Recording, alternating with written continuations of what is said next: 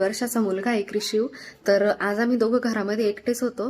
तर तेव्हा मी बाथरूममध्ये गेले आणि तेव्हा नेमकं त्याने बाहेरच्या साईडनं कडी लावून घेतली आणि मग मी आधी आतमध्ये अडकून गेले. मी त्याला सांगितलं की बाळा कडी उघड, मी त्याला समजवण्याचा प्रयत्न केला. त्याने ना थोडंफार कडी हलवली पण त्याला काही ते जमलंच नाही. त्यानंतर मग आहे ना मी बाहेर पण आवाज देत होते पण कोणालाच आवाजही जात नव्हता माझा. त्यानंतर मग जसं तसं करून मी खालच्या साईडने तो दरवाजा थोडासा तोडला आणि मग तिथून त्याच्याकडून आहे ना रिक्वेस्ट करून त्याला समजावून वगैरे त्याच्याकडून मोबाईल घेतला तिथून माझा आणि मग त्या मोबाईलवरून मग मी फोन करून मग मागच्या ताई आल्या. तर मग त्यांनी दरवाजा उघडला आणि तेवढ्या दरम्यान माझं बाळ इतकं रडत होतं आणि मला अक्षरशः भीती वाटत होती. आणि हे व्हिडिओ बनवण्याचं कारण असं आहे की प्रत्येकाच्याच घरामध्ये लहान मुलं असतात आणि जर समजा तुम्ही एकटे असाल तर असं तुमच्यासोबत पण घडू शकतं. म्हणून तुम्ही सतर्क राहा आणि या गोष्टीची काळजी नक्की घ्या.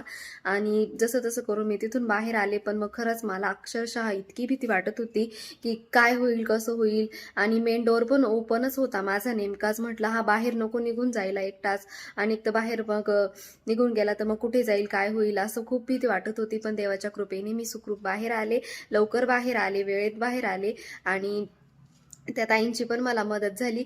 आणि असं तुमच्यासोबत नको व्हायला म्हणून नक्की तुम्ही काळजी घ्या.